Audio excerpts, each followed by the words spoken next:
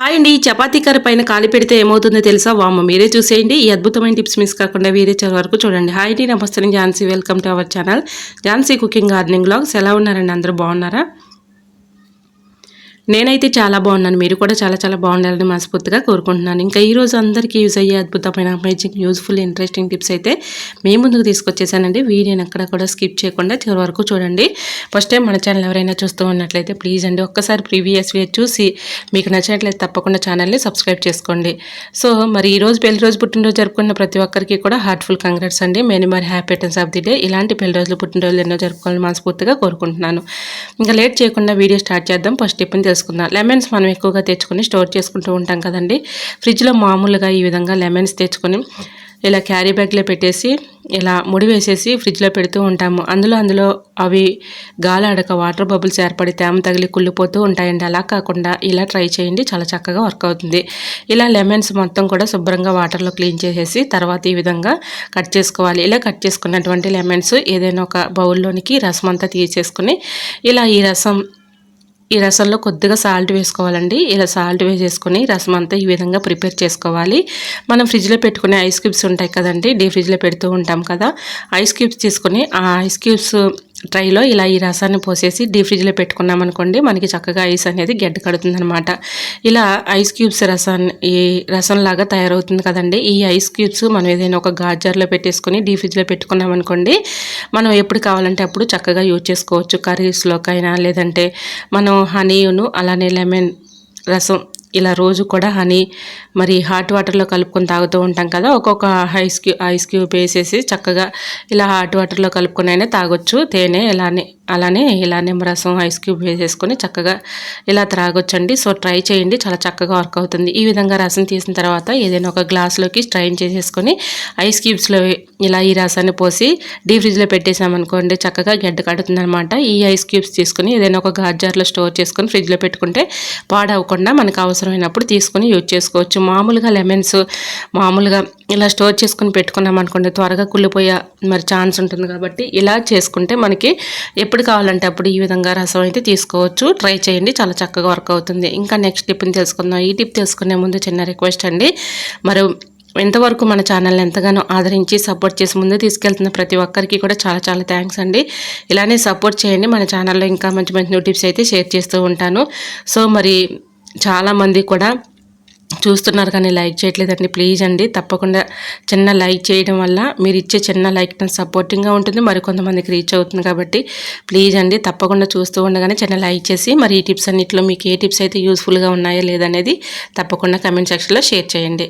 మరొక యూస్ఫుల్ టిప్ని కూడా షేర్ చేస్తున్నానండి. నిమ్మకాయలు పాడవకుండా ఉండాలంటే ఇలా కూడా ట్రై చేయండి, చాలా చక్కగా వర్క్ అవుతుంది. మనం ఎక్కువగా క్యారీ బ్యాగ్లో పెట్టేస్తూ ఉంటాము, అవి కుళ్ళిపోతూ ఉంటాయి. అలా కాకుండా ఇలా ఒక్కొక్క నిమ్మకాయకి చక్కగా పేపర్ రోల్ చేసేసి ఏదైనా ఒక బాక్స్ తీసుకుని బాక్స్ అడుగున ఇలా పేపర్ వేసేసి పేపర్ పైన ప్రతి ఒక్క నిమ్మకాయకి రోల్ చేసుకున్నాం కదా పేపరు, ఇలా చక్కగా బాక్స్లో స్టోర్ చేసుకుని మూత పెట్టుకుని ఫ్రిడ్జ్లో పెట్టేసుకుంటే మనకి ఇలా కూడా ఎక్కువ రోజులు స్టోర్ ఉంటాయి. ఇలా న్యూస్ పేపర్ని నిమ్మకాయకి రోల్ చేయడం వల్ల తేమను న్యూస్ పేపర్ అబ్జర్వ్ చేసుకుంటుంది కాబట్టి పాడైపోకుండా ఎక్కువ రోజులు స్టోర్ ఉంటాయండి. ట్రై చేయండి. మనం ఎక్కువ నిమ్మకాయలు తెచ్చుకున్నప్పుడు ఎక్కువగా క్యారీ బ్యాగ్లో పెట్టేసి ఫ్రిడ్జ్లో పెడుతూ ఉంటాము. దానివల్ల మనకి లోపల గాలాడక వాటర్ బబుల్స్ అలాంటివి ఏర్పడి మనకి తేమ తగిలి కుళ్ళిపోతూ ఉంటాయండి. అలా కాకుండా చక్కగా ఈ 2 టిప్స్ మీరు ట్రై చేయండి. ఏ టిప్ అయినా కూడా చాలా చక్కగా వర్క్ అవుతుందన్నమాట.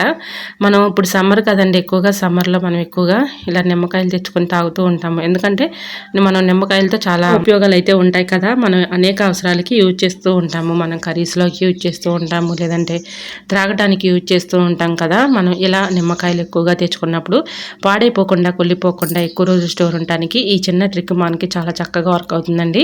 ఈ విధంగా ట్రై చేయండి, మీ మనీ కూడా ఆదా అవుతాయి. సో మనం ఎక్కువగా తెచ్చుకున్నప్పుడు ఇలా ఈ 2 టిప్స్లో మీకు ఏ టిప్ యూజ్ చేసినా కూడా చాలా చక్కగా వర్క్ అవుతుందన్నమాట. ఇంకా నెక్స్ట్ టిప్ని తెలుసుకుందాం. మనకి పెరుగు పుల్లగా లేకుండా మనకి బయట పెట్టినా కూడా ఫ్రిడ్జ్లో లేకుండా బయట పెట్టుకున్నా కూడా పుల్లగా లేకుండా ఉండాలి అంటే ఈ విధంగా ఒక బౌల్లో నీళ్లు వాటర్ పోసేసి ఇలాగ పెరుగు గిన్నెని దానిలో పెట్టేసాం అనుకోండి, పుల్లగా లేకుండా అలానే ఉంటుంది. ట్రై చేయండి. ఇంకా నెక్స్ట్ టిప్ని తెలుసుకుందామండి. ఇలా మనకి ఎగ్స్ త్వరగా ఉడకటానికి చిన్న టిప్ అయితే చెప్తానండి. అదేంటంటే ఎగ్స్ బాయిల్ చేసేటప్పుడు దానిలో ఒక అరబొద్ద నిమ్మబద్ద కానీ లేదంటే కొద్దిగా చింతపండు కానీ వేసేసామనుకోండి, మనకి ఆ పాత్ర అనేది అడుగున నల్లగా అవ్వకుండా ఉంటుంది. మనకి ఇలా ఎగ్స్ కూడా చక్కగా ఉడుకుతాయండి. ఇలా తీసిన వెంటనే వచ్చేస్తాయి అనమాట. మనం ఎంత ఒక్కోసారి ఇలా పెంకి తీయాలంటే చాలా కష్టపడుతూ ఇబ్బంది పడుతూ ఉంటాము. చాలా ఈజీగా వచ్చేస్తుంది అనమాట. సో కొద్దిగా చింతపండు రెబ్బ అలాగే లేదంటే లెమన్ కానీ ఒక హాఫ్ వేసేసి బాయిల్ చేసేసామనుకోండి, చక్కగా మనకి ఆ పాత్ర అనేది నల్లగా అక్కడ మరక పడిపోయినట్లుగా మచ్చలాగా పడిపోతూ ఉంటుంది. సో అలాగ నల్లగా బ్లాక్గా అవ్వకుండా ఉంటుంది పాత్ర. మనకి ఇలా ఎగ్స్ కూడా చక్కగా వచ్చేస్తాయండి. ట్రై చేయండి. మనం ఇలా ఎగ్స్ వేయించేటప్పుడు తక్కువ ఆయిల్లో అయినా ఎగ్స్ మంచిగా యాగాలి అంటే ఈ చిన్న ట్రిక్ని ట్రై చేయండి. చాలా చక్కగా వర్క్ అవుతుంది. నేను వేసింది 2 స్పూన్స్ ఆయిలేనండి. ఇప్పుడు చూడండి మీకు చూపిస్తున్నాను.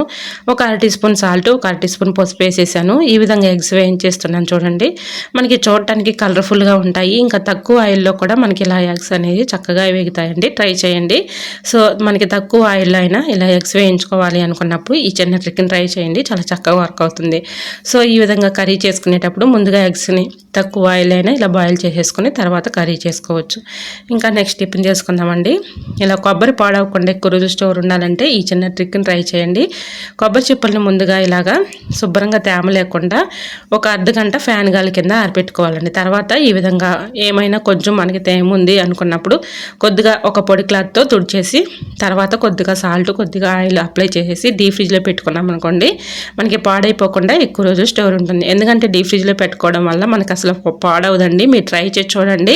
నేను ఈ టిప్ని ఎక్కువగా ట్రై చేస్తూ ఉంటాను. చూసారు కదా, ఇప్పుడు నేను బాక్స్లో పెట్టేసాను 2 చెప్పులు కూడా. ఇలా నేను డీప్ ఫ్రిడ్జ్లో పెట్టుకుంటాను. అసలు నాకు కొబ్బరి అనేది పాడవటం కానీ బూజు పెట్టడం కానీ జరగలేదండి.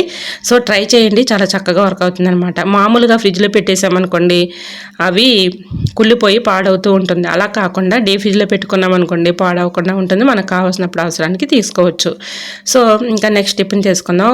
అందరిలో కొబ్బరి చెప్పులు అయితే ఉంటూ ఉంటాయి కదండి. ఒక కొబ్బరి చెప్పుని తీసుకొని ఈ విధంగా సాల్ట్ వేసేసి డీప్ ఫ్రిడ్జ్లో పెట్టేసాం అనుకోండి ఐస్ గడ్డ కట్టకుండా ఉంటుంది. కరెంట్ బిల్లు కూడా తక్కువగా వస్తుంది. ట్రై చేయండి. మనం ఎక్కువగా బాక్స్లో ఏదైనా కర్రీ కానీ ఏదైనా బాక్స్లో స్టోర్ చేసుకుని డీప్ ఫ్రిడ్జ్లో పెట్టుకున్నాం అనుకోండి ఐస్ గడ్డ కట్టేసి త్వరగా రాదు. ఆ ప్రాబ్లం కూడా ఉండదండి. ఇలా కొబ్బరి చెప్పులో కొద్దిగా సాల్ట్ వేసేసి డీప్ ఫ్రిడ్జ్లో పెట్టుకోవటం వల్ల మనకి ఐస్ అనేది త్వరగా గడ్డ కట్టకుండా ఉంటుంది. కరెంట్ బిల్ కూడా తక్కువగా వస్తుంది. ట్రై చేయండి. ఇంకా నెక్స్ట్ టిఫిన్ చేసుకుందాం. సోప్ మనం ఒంటి సోపు ఎక్కువగా యూజ్ చేస్తూ ఉంటాం కదండి. మనకి ఎక్కువగా వాటర్లో వేస్ట్ అయిపోతూ ఉంటుంది. అలా వేస్ట్ అవ్వకుండా ఉండాలంటే ఇలా మెంతో ప్లస్ ఖాళీ అయిపోయినటువంటి ఇలాంటిది ఉంటుంది కదండి ప్లాస్టిక్ది, అది ఇలా సోప్ అడుగున పెట్టేసామనుకోండి మనకి సోప్ బాక్స్లో పెట్టుకున్నా కూడా వాటర్ తేమకి మనకి సోప్ అనేది వేస్ట్ అవ్వకుండా ఉంటుంది. ట్రై చేయండి. ఒక యూస్ఫుల్ టిప్ని తెలుసుకుందాం.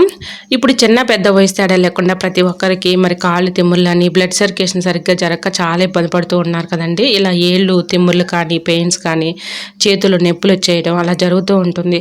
సో ముఖ్యంగా ఆడవాళ్ళకండి ఉదయం లేచిన దగ్గర నుంచి నిలబడి వంట చేయడం కిచెన్లో చాలా ఇబ్బంది పడుతూ ఉంటారు. సో అలా ఉన్నప్పుడు ఈ చిన్న ట్రిక్ని ట్రై చేయండి. ఇలాగ చపాతీ కర్ర మనం యూజ్ చేయని చపాతీ కర్ర తీసుకొని దాంతో ఇలా అరికాలతో ఇలా మసాజ్ చేసినట్లుగా చేసి అరిచేతులు కూడా ఇలా మనం చపాతీ కర్రని ఇలా మసాజ్ చేసినట్లుగా చేస్తూ ఉన్నామనుకోండి బ్లడ్ సర్క్యులేషన్ మంచిగా జరుగుతుంది. మనకి ఆ పెయిన్స్ కూడా తగ్గిపోతాయండి. ట్రై చేయండి. ఇంకా నెక్స్ట్ టిఫిన్ తీసుకుందాం. చపాతీ కర్ర మనం చపాతీ చేసిన తర్వాత ఇలా పక్కన పెడుతూ ఉంటాం. మామూలుగా వాటర్తో క్లీన్ చేసేసి పక్కన పెడుతూ ఉంటాం. దానిపైన మనకి తెలియని క్రిములు కానీ డస్ట్ కానీ ఇలా బ్యాక్టీరియా కానీ ఫామ్ అవుతూ ఉంటుంది. సో అప్పటికప్పుడు మనం ఈ విధంగా చక్కగా క్లీన్ చేసుకున్నాం అనుకోండి ఎటువంటి ఇబ్బంది అయితే ఉండదు. చపాతీ కర్రని ఎప్పుడు కూడా సోప్తో లిక్విడ్స్తో మనం క్లీన్ చేయకూడదండి. ఇలా క్లీన్ చేసుకోండి. సో ఎటువంటి హెల్త్ ప్రాబ్లమ్స్ అనేవి రాకుండా ఉంటాయి. ఇలా చపాతీ కర్ర పైన కొద్దిగా సాల్ట్ వేసేసి స్క్రబ్బర్ పెట్టి ఇలాగ క్లీన్ చేసుకోవాలండి. కొద్దిగా సాల్ట్ వేస్తే సరిపోతుంది. సో తర్వాత ఇలా వాటర్ పెట్టి క్లీన్ చేసేసిన తర్వాత ఒక పొడి క్లాత్ తీసుకొని శుభ్రంగా తుడిచేయాలి. ఈ కర్రని శుభ్రంగా తుడిచేసిన తర్వాత స్టవ్ ఆన్ చేసి స్టవ్ మంట పైన ఇలా మంట పైన కొద్దిగా ఇలా హీట్ చేస్తే చాలండి. చక్కగా మనకి చపాతీలు కానీ పూరీలు కానీ చేసినా కూడా ఇలా చపాతీ కర్ర కత్తుకోకుండా ఉంటాయి. సో మనకి చపాతీ కర్ర కూడా నీట్గా ఉంటుంది. ఎటువంటి బ్యాక్టీరియా క్రిములు ఇలాంటివి ఉన్నా కూడా అన్నీ కూడా తొలగిపోతాయి. ట్రై చేయండి. మరి ఈ టిప్స్ మీకు నచ్చాయా? నచ్చితే ప్లీజ్ అండి తప్పకుండా చిన్న లైక్ చేసి ఈ టిప్స్ అన్నింటిలో ఏ టిప్స్ అయితే మీకు యూస్ఫుల్గా ఉన్నాయో ఏ టిప్స్ అయితే మీకు బాగా నచ్చాయి అనేది ప్లీజ్ అండి చిన్న కమెంట్ చేయండి. ఇంతవరకు మన ఛానల్ని ఎంతగానో ఆదరించి సపోర్ట్ చేసి ముందుకు తీసుకెళ్తున్న ప్రతి ఒక్కరికి కూడా చాలా చాలా థ్యాంక్స్ అండి. ఇలానే సపోర్ట్ చేయండి మన ఛానల్. ఇంకా మంచి మంచి న్యూ టిప్స్ అయితే మీకు షేర్ చేస్తూ ఉంటాను. మీకు ఎలాంటి టిప్స్ కావాలన్నా కూడా తప్పకుండా కమెంట్ సెక్షన్లో షేర్ చేయండి. ఆ టిప్స్ అయితే షేర్ చేస్తాను. మరి వీడియో నచ్చితే తప్పకుండా చిన్న లైక్ చేయడం మాత్రం మర్చిపోకండి ఫ్రెండ్స్. ఎందుకంటే మీరు ఇచ్చే చిన్న లైక్ నాకు సపోర్టింగ్గా ఉంటుంది, మరి కొంతమందికి రీచ్ అవుతుంది. కాబట్టి ప్లీజ్ అండి తప్పకుండా చిన్న లైక్ చేసి మన ఛానల్ని సబ్స్క్రైబ్ చేసుకోండి. Thanks for watching.